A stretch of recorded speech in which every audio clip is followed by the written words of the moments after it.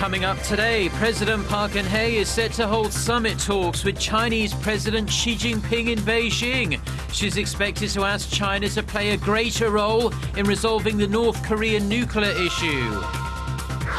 Ahead of talks with North Korea next week, South Korea's Red Cross begins the selection process for the planned reunions of war-separated families. Plus, Washington's top defense official warns North Korea there would only be one winner if the regime launched an attack on South Korea, and it wouldn't be Pyongyang. Stay tuned for these stories and more.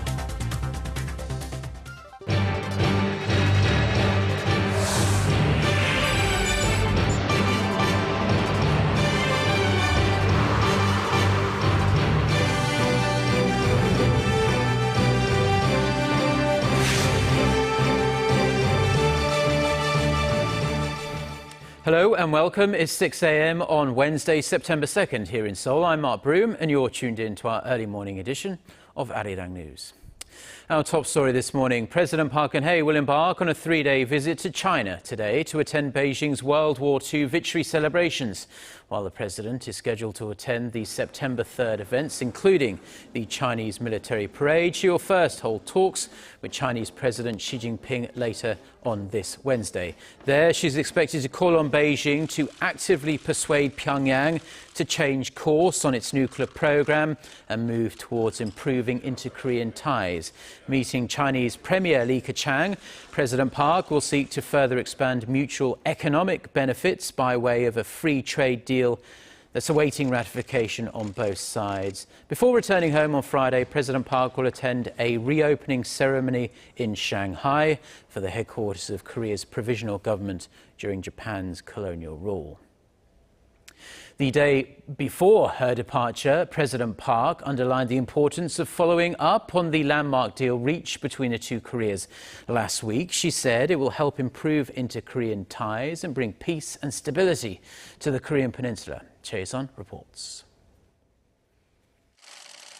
At Tuesday's cabinet meeting, President Park emphasized that adhering to the recent inter-Korean deal to defuse tensions will end 7 decades of tension on the peninsula, placing both Koreas on a path to peaceful reunification. 이번에 북한과의 합의를 이끌어낸 힘은 우리 국민들께서 신뢰와 믿음으로 지켜봐 주셨기 때문에 가능했습니다. 앞으로 합의 이행 과정에서도 변함없는 성원을 부탁드립니다. Speaking publicly for the first time about the deal, President Park said that to help heal their sorrow, reunions for families separated by the Korean War, which is included in the agreement, should resume. She said the upcoming reunion should pave the way for some 66,000 family members living in the South to meet their long-lost loved ones on a regular basis. President Park's comments come as Red Cross officials from the two Koreas are set to hold preparatory talks next Monday. On the domestic front, President Park spoke about reviving the economy and her labor reform drive. 이번 남북 간 합의로 한반도 긴장 완화의 계기가 마련된 만큼 이제 경제 활성화와 새로운 대한민국을 만드는 개혁 작업에 힘을 쏟아야 합니다. She called on workers, management, and government who recently resumed labor reform negotiations to make compromises for the country and the people. One contentious issue involves the government's push to implement a salary peak system of extending the retirement age while reducing workers' salaries. This is expected to encourage employers to hire more young people. Stressing that Korea's future depends on it, President Park said it is every Korean's duty to provide good employment opportunities for the country's young people. Chae-sun, Arirang News. The South Korean Red Cross is moving fast to ensure reunions for war-separated families can take place as soon as possible. A list of applicants has already been drawn up by the South ahead of a meeting next Monday aimed at finalizing the remaining details. Kim Hyun-bin reports. The South Korean Red Cross has begun the selection process for a planned reunion of separated families from the Korean War. The move comes on the heels of a landmark inter-Korean agreement reached last week. Red Cross officials said they'll contact some 66,000 surviving South Koreans with family members in North Korea. to learn their health status and gain permission to send their profiles to North Korean officials. Red Cross officials from the two sides are scheduled to hold working-level talks next Monday to finalize the details of the reunion. Seoul's Unification Ministry says it aims to negotiate holding reunions on a regular basis and expanding the number of families permitted to participate per round. The last set of reunions, held nearly 2 years ago, was limited to just 200 families over 2 rounds.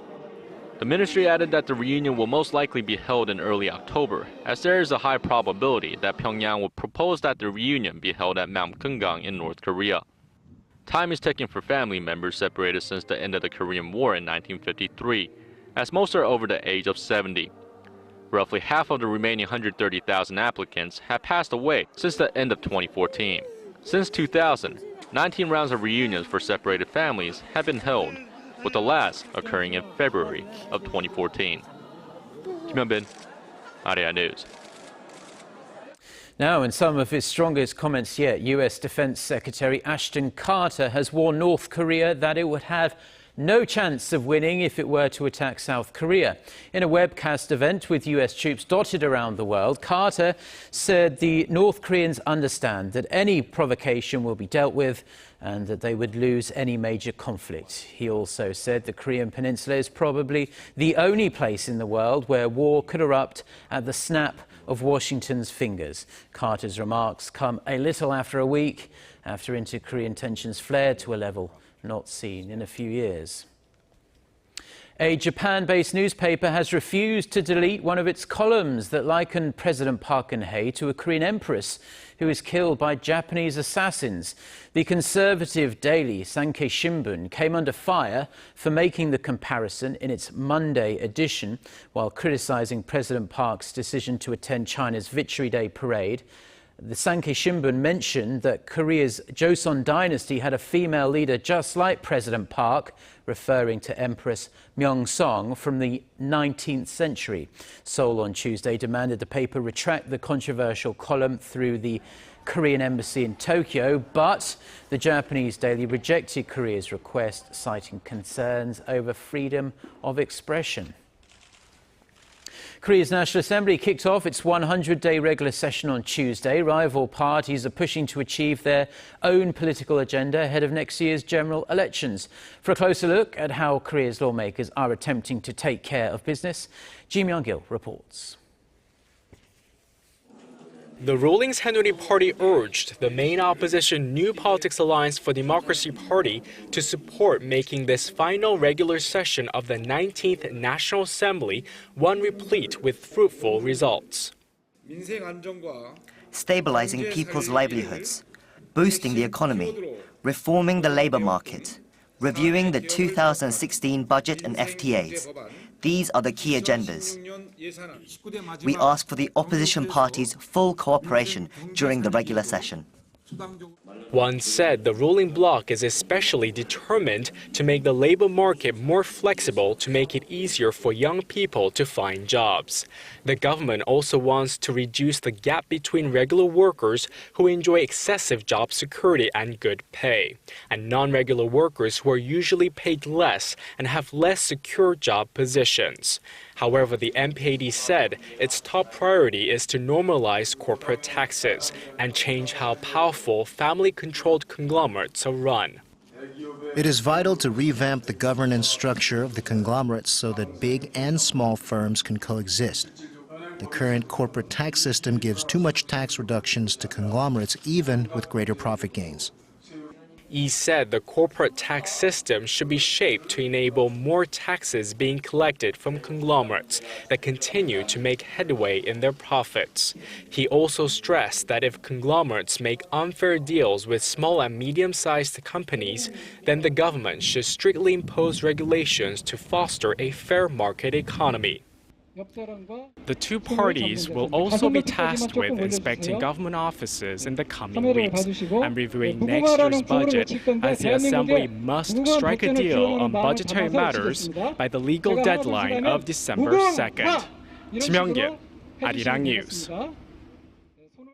The head of the International Monetary Fund has warned that global economic growth is likely to be weaker than earlier expected due to a slow recovery in advanced economies and a further slowdown in emerging nations. Speaking in Jakarta on Tuesday, Christine Lagarde said the IMF expects global growth to remain moderate and likely weaker than it anticipated last July.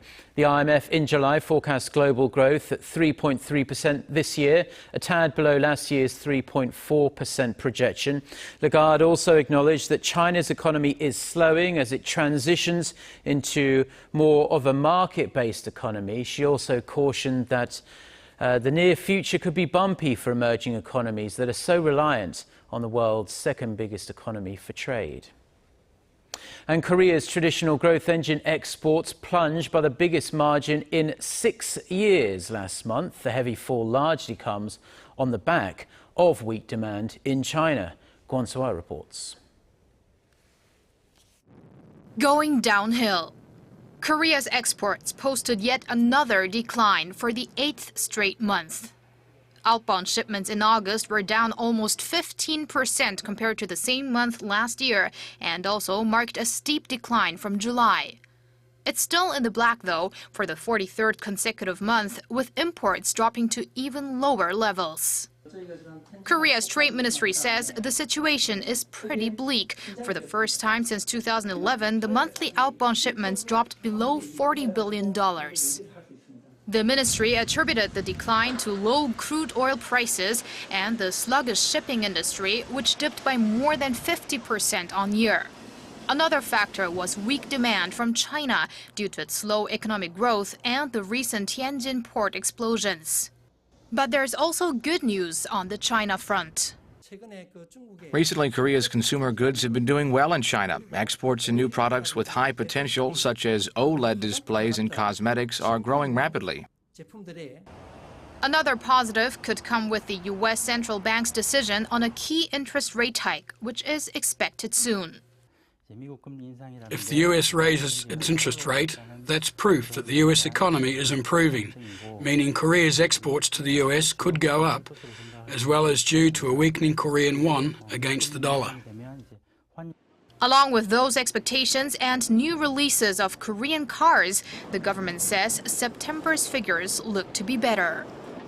The Trade Ministry says the final quarter usually accounts for around a third of yearly exports. That's why it's too early to predict whether Korea will reach its annual trade volume goal of $1 trillion. Kwon So-ah, Arirang News. 2 Korean banks have joined forces to become the largest bank in the country. The giant lender officially opened for business on Tuesday under the new name KEB Hana Bank. Kwon Jang-ho files this report. Korea now has a new leader in the local banking industry. After years of struggle, Hana Bank finally joined the Korea Exchange Bank to become KEB Hana, the largest lender in Korea with more than $260 billion in combined assets. The merger has been a long-cherished plan for Hana Financial since it took over the KEB from a US-based private equity firm in 2012. But due to resistance from the Exchange Bank's labor union, it took until last month for the merger to be approved by financial authorities. Hana Financial now aims to expand its presence with a well-mixed business portfolio. With our combined strength and its resulting synergy, we will lead South Korea's financial industry onto the global level. But there are challenges that lie ahead for the KEB Hana Bank. Its labor, marketing and computer systems are not yet fully integrated, nor are the differences in the bank's backgrounds. Hana Bank's strength was in asset management, KEB's strength was in international and retail banking. How the two banks can combine their strengths will determine the new bank's future success. It's uncertain how the emergence of this mega bank will affect the nation's banking industry. But there's no question change has begun. Kwon Jang-ho, Arirang News. Now, new research has shown that being overweight in midlife may speed up the onset of Alzheimer's disease. Researchers at the US-based National Institute of Health checked the records of body mass index, a measure of weight to height of nearly 1,400 participants for about 14 years.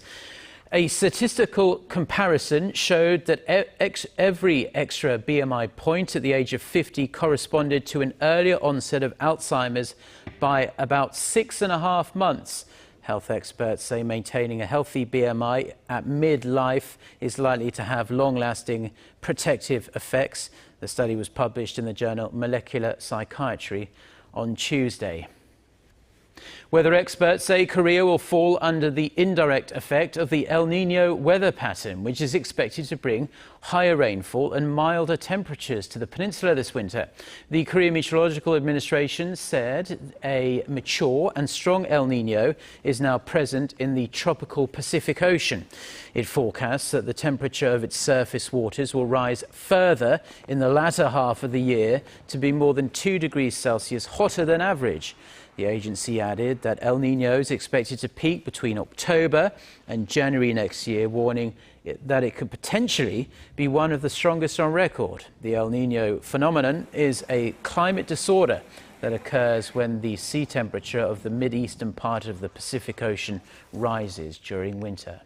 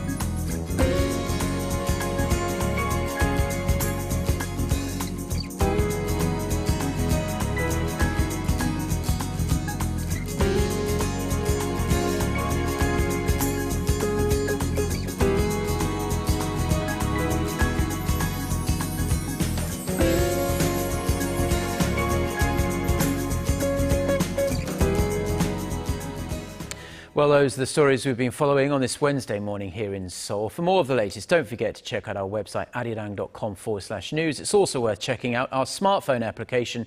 Just search for Arirang TV. Have a great day. Goodbye.